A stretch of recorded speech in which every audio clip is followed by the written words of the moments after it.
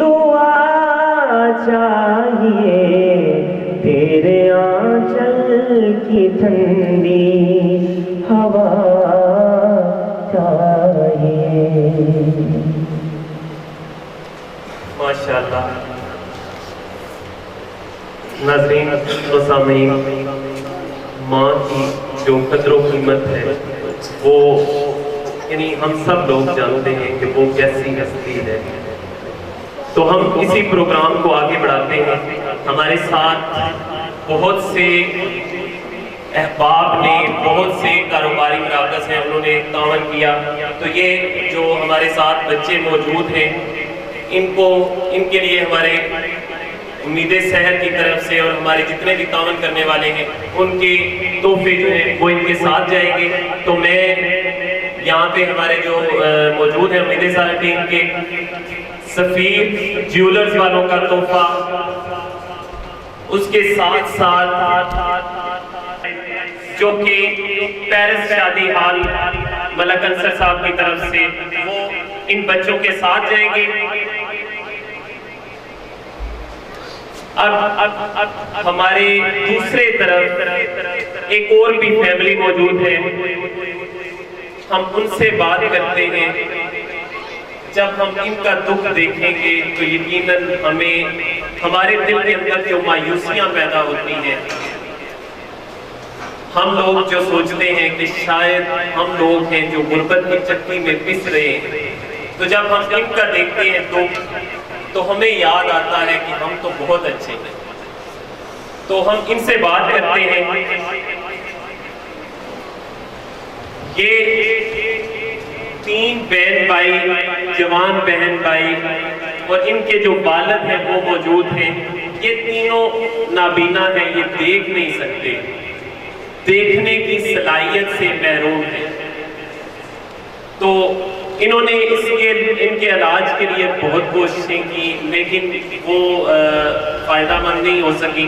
تو سب سے پہلے ہم ان کے والد سے یہ جان لیتے ہیں کہ ان کو کیا مسئلہ ہے، پھر اس کے بعد ہم ان سے بات کریں گے اور ان سے جانیں گے کہ اچھا یہ ان کی جو بیماری تھی وہ ایک خاص وقت تک یہ دیکھ سکتے تھے، آہستہ آہستہ ان کی جو بصارت ہے وہ ختم ہوتی گئی اور دیکھنے کی جو صلاحیت ہے اس سے یہ محروم ہوتے گئے۔ تو ہم ان سے جانیں گے کہ وہ وقت جب ان کو یاد آتا ہے تو دل کے اندر کیسا محسوس ہوتا ہے۔ بسم اللہ الرحمن الرحیم۔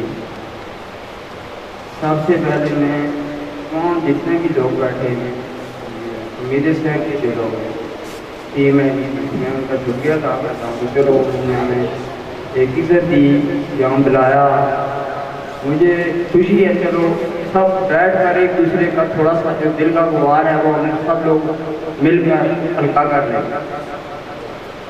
یہ جو میرا بڑا بیٹا ہے، یہ 7 ہے، بڑا بیٹا میرا یہی ہے عمر صاحب، یہ 8ویں جماعت میں پڑھتا تھا۔ اس کا آہستہ آہستہ نظر کمزور ہونا شروع ہو گئی۔ پھر میں نے چیک کروایا، این کے لگوائی، یہاں تک کہ میں نے اپنے ہمت سے بھی کاٹ کر جو بھی مجھ سے ہو سکتا تھا، جہاں کسی نے بھی کہا میں جاتا رہا ہوں، ٹیسٹ کرواتا رہا ہوں، مگر آہستہ آہستہ اس کی نظر جو ہے وہ مکمل طور پر 9ویں کلاس پہنچتے ختم ہو گئی۔ تو اب الحمدللہ بس جس طرح یہ میری رب کی رضا ہے، ہم اس کا شاکر ہیں، جو بھی جس طرح کرتا ہے۔ یہ میری بیٹی ہے، ساتھ اس کا گانا ہے، اور یہ 5ویں جماعت میں پڑھتی تھی، پھر بھی اس کی بھی یہی معاملہ وہ آہستہ آہستہ مسئلہ ختم ہو گیا۔ یہ میری بیٹی ساتھ ہے، اس کا عمرہ نام ہے۔ یہ 16 سپارے تقریباً قرآن کے بہت کمزور نظر تھی، اس کے باوجود بھی اس نے 16 سپارے قرآن کے حفظ کی ہے، مگر اس کے باوجود اس کی پھر وہاں پر بالکل اینڈ ہو گیا، نظر ختم ہو گیا۔ تو بس اب اللہ کی ذات پہ راضی ہے، جس طرح میرا رب جس طرح چاہے جس طرح بھی ہے، بس اس کی ذات کے شکر ہے الحمدللہ ہے، جو جس طرح اس کی رضا راضی ہے، اس سے خوش ہوں، راضی ہیں الحمدللہ۔ شکریہ۔ یہ مائک آپ بچی کے حوالے کر دیں۔ تو میں اجمل منیر صاحب سے کہوں گا کہ اس بچی سے اگر وہ کوئی سوال کرنا چاہیں یا جاننا چاہتے ہوں اس حوالے سے، ان کی بصارت کے حوالے سے کہ کس طریقے سے یہ آہستہ آہستہ وہ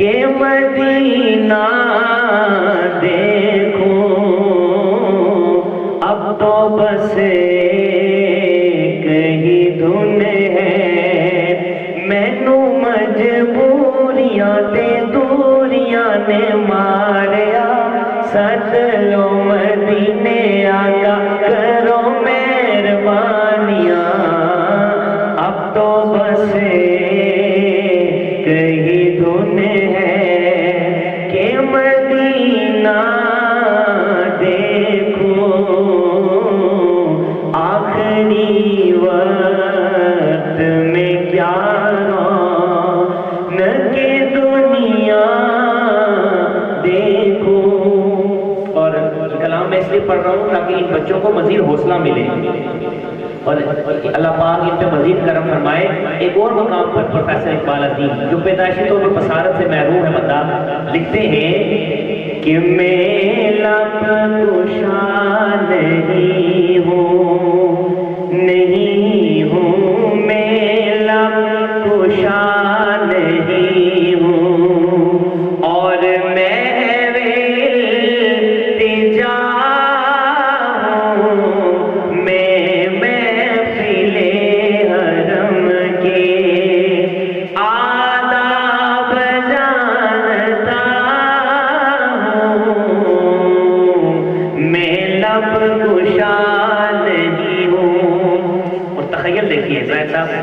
مفتی صاحب تخیل دیکھیے یہ روشنی سی کیا ہے خوشبو کہاں سے آئی یہ روشنی سی کیا ہے خوشبو کہاں سے آئی شاید میں چلتے چلتے شاید میں چلتے روزے تک آ گیا میں محفل حرم کے. کیا بات ہے.